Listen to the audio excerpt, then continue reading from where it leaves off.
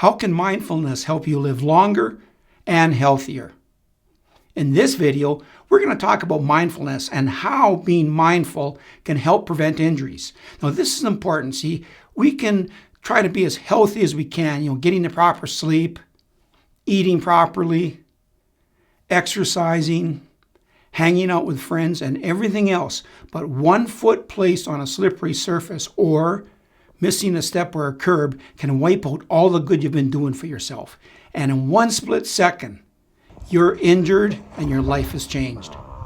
My name is Martin Lesperance, and I'm a retired paramedic and firefighter, and I've attended thousands of older adults who have been injured or suffered a medical emergency.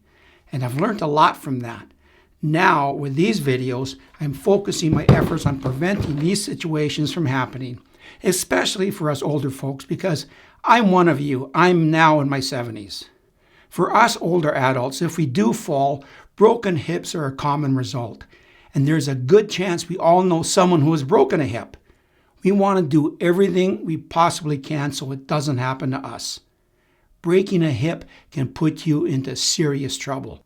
One study showed that when a person is over 65 years old and breaks a hip, the risk of death roughly doubles to triples. Now that's compared with someone who hasn't broken a hip.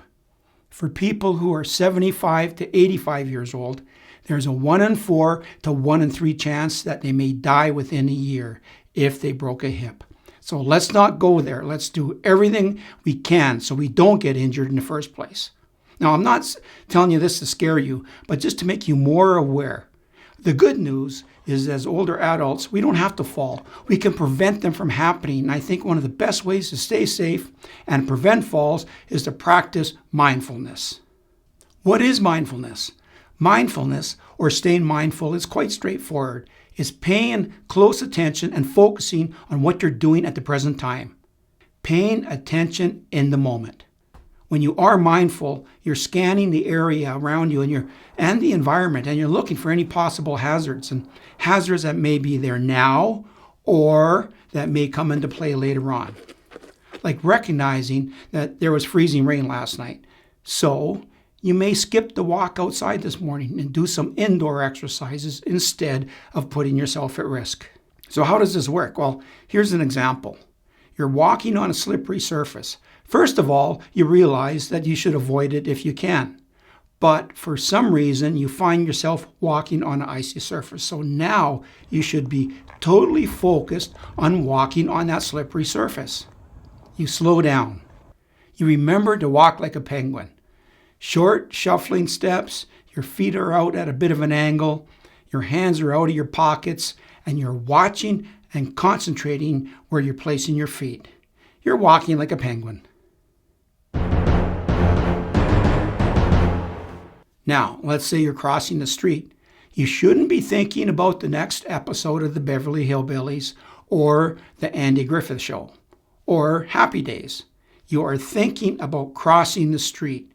Right now, crossing the street safely is the most important thing in the world to you, because if you do get hit by a car, that will change your world in a very negative way. So, you're watching for cars. You're aware that it's a curb you have to step off of. Is there a car coming? Is the car going to stop? Can it stop, or will it slide right through on the ice? Do you have eye contact with the driver? You should be aware of all these things that are needed to cross the street safely. But don't just look and not see. Don't just look and not comprehend what you're actually looking at. Let's take another example. You're walking down the stairs. I see that they've been sanded or they're in good shape, and that's good. There's a handrail, so I'm going to use it. I'm watching where I'm placing my feet. I'm not going to rush. My safety is now more important than my time, and I'm going to get down the stairs safely. Another example, it's bedtime, so I'm making sure the fireplace doors are shut, and I stopped putting wood on hours ago. All the flammable materials are away from the fireplace. I'm making a conscious effort to lock the doors. I do this so that when I am, I'm not thinking, did I lock the doors or not, or I get up and check, which will ruin my sleep. I'm making sure the stove is off. Then I shut the lights off in the room, then it's off to bed. I'm doing these things in the present and I'm focusing on them. I'm focusing on these things now to save you trouble and time later. So now I'm driving. Pull ups to a stop sign. Now you're not just going through the motions, you're actually or should be concentrating on your driving. How many times does this happen? Someone rolls up to a stop sign. They stop, they look both ways, and they drive right in front of a truck. They looked, but they didn't really see. If you're mindful, you looked and you saw and you actually comprehended what you were looking at. One of the best definitions I've ever heard of mindfulness is this. Now, I don't know who said it, but I first heard it about 25 years ago. But here it is. Wherever you are, be there. This means not only in body, but in mind also. So there we have it. Being mindful is one of the best ways to help prevent injuries. And at our age, or any age, we do not want to be injured. Thanks for watching.